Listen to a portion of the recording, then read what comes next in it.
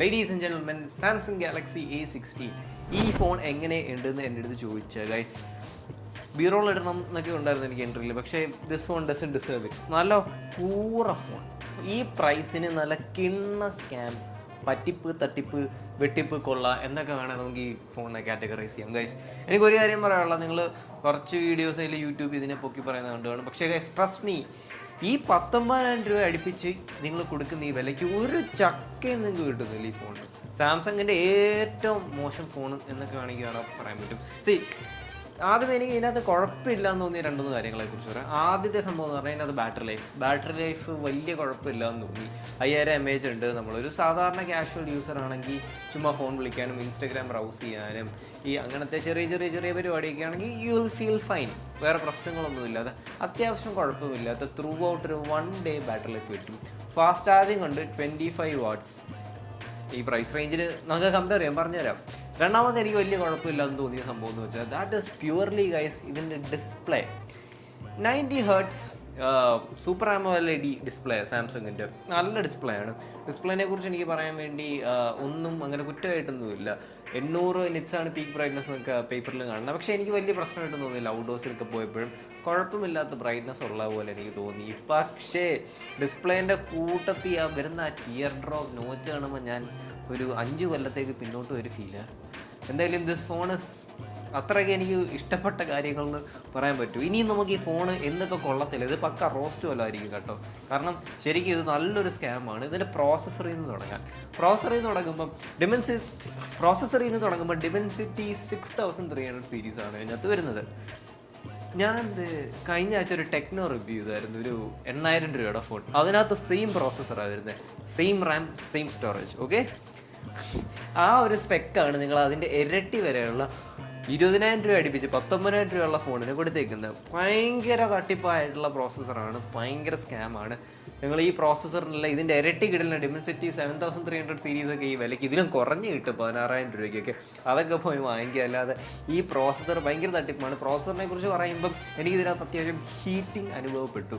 എനിക്ക് 2 Dimensity 6300 series phone ഉപയോഗിച്ചപ്പോൾ ഇതിനകത്ത് കുഴപ്പമില്ല. നിങ്ങൾ ചെറുതായിട്ടൊക്കെ ഗെയിം കളിക്കുമ്പോൾ ഫോൺ വാം ആവുന്നുണ്ട്, ഭയങ്കരമായിട്ട് ചൂടാവുന്നില്ല. പക്ഷേ ഇത് ഗെയിമിങ്ങിനുള്ള ഡിവൈസും ഫോണും ഒന്നും അല്ല. രണ്ടാമത്തെ സംഭവം എന്ന് വെച്ചാൽ ഇതിനകത്തെ ക്യാമറാസ് ഗൈസ് എന്ത് കൂള ക്യാമറയാണെന്ന് എനിക്ക് അറിയാൻ പാടില്ല. ഇതിനകത്ത് സ്പെക്കൊന്നും ഞാൻ ക്യാമറയെക്കുറിച്ച് പറയുന്നത് തോന്നുന്നില്ല.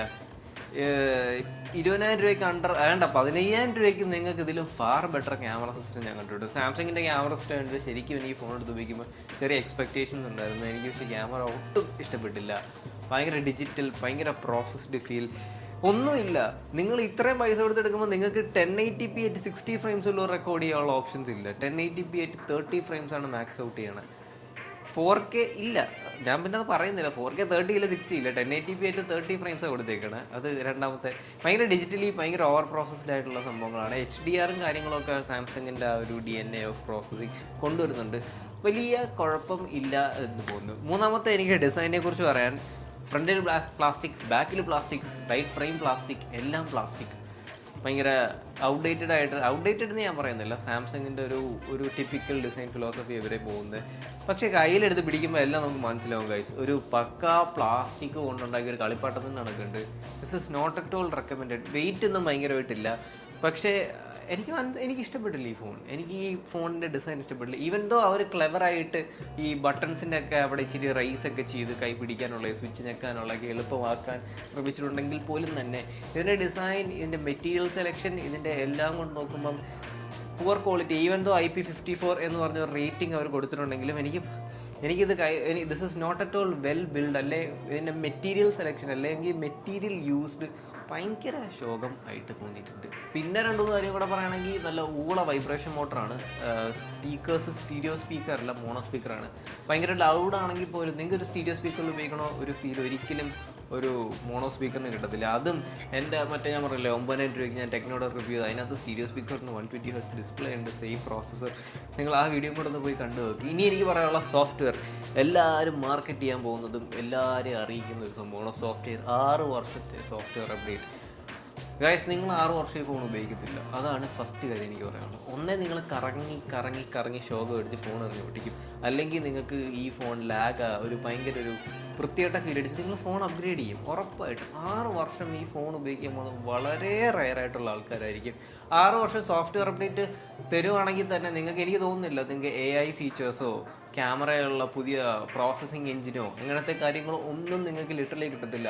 ആകെ വരാൻ പോകുന്ന കുറേ ഐക്കൺ ചേഞ്ചസും കുറേ ആനിമേഷൻ ചേഞ്ചസും ആയിരിക്കും. സോ എനിവേസ് 6 വർഷത്തെ software update lag free experience എന്നൊക്കെ പറയുമ്പോൾ നിങ്ങൾക്ക് 6 വർഷമായിട്ട് എനിക്ക് ഉറപ്പാണ് ഈ AI കാര്യങ്ങളൊന്നും അപ് ടു ഡേറ്റ് അല്ലെങ്കിൽ ലേറ്റസ്റ്റ് ആയിട്ടുള്ള സാംസങ്ങിൻ്റെ S സീരീസോ ഫ്ലാഗ്ഷിപ്പിലോ സീരീസ് വേണ്ട, അവർ FE സീരീസ് ആണല്ലോ വേറെ ഏതിലൊക്കെ കൊടുക്കുന്നതിന് കണക്ക് തരത്തില്ല. ക്യാമറാസിന് ഭയങ്കര ഇമ്പ്രൂവ്മെൻറ്റ്സ് ഉണ്ടാവാൻ അവർ ശ്രമിക്കത്തില്ല. ജസ്റ്റ് പുതിയ സെക്യൂരിറ്റി അപ്ഡേറ്റ്സും ജസ്റ്റ് സെക്യൂരിറ്റി പാച്ചസും അതിൻ്റെ പുതിയ എസ്തെറ്റിക്സും മാത്രം അവർ കൊണ്ടുവന്ന് തരത്തുള്ളൂ. അതുകൊണ്ട് സോഫ്റ്റ്വെയർ അപ്ഡേറ്റ് എന്ന് പറഞ്ഞ് നിങ്ങൾ ഭയങ്കരമായിട്ട് ഹൈപ്പ് ഇടുന്നതിൻ്റെ ആവശ്യമുണ്ടോയെന്ന് വെച്ചാൽ പക്കായിട്ട് അതിൻ്റെ ആവശ്യമില്ല. ട്രസ്റ്റ് മീ ഗൈസ്, ഈ ഫോൺ നിങ്ങൾ പൈസ കൊടുത്ത് വാങ്ങിച്ചാൽ വರ್ತല്ല. ഇതിൻ്റെ പ്രോസസ്സർ കൊള്ളില്ല, ഇതിൻ്റെ ഡിസൈനും മെറ്റീരിയൽസും ഒന്നും കൊള്ളില്ല, ഇതിൻ്റെ ക്യാമറ സിസ്റ്റം ഭയങ്കര ഇമ്പ്രസീവ് അല്ല. പിന്നെ എന്താ ഇതിൻ്റെ ബാറ്ററി ലൈഫും ഡിസ്പ്ലേയും മാത്രമേ എനിക്ക് ഭയങ്കരമായിട്ട് ഇച്ചിരിയിലും ഒരു തോന്നുന്നുള്ളൂ. നിങ്ങൾ മൾട്ടിമീഡിയ എക്സ്പീരിയൻസ് ആണെങ്കിലും ഈ ടിയർ ഡ്രോപ്പ് നോച്ചൊക്കെ ഇപ്പോഴും 3 വർഷം പഴക്കമുള്ള സ്റ്റീരിയോ സ്പീക്കേഴ്സ് ഇല്ല, വൈബ്രേഷൻ മോട്ടർ കൊള്ളില്ല.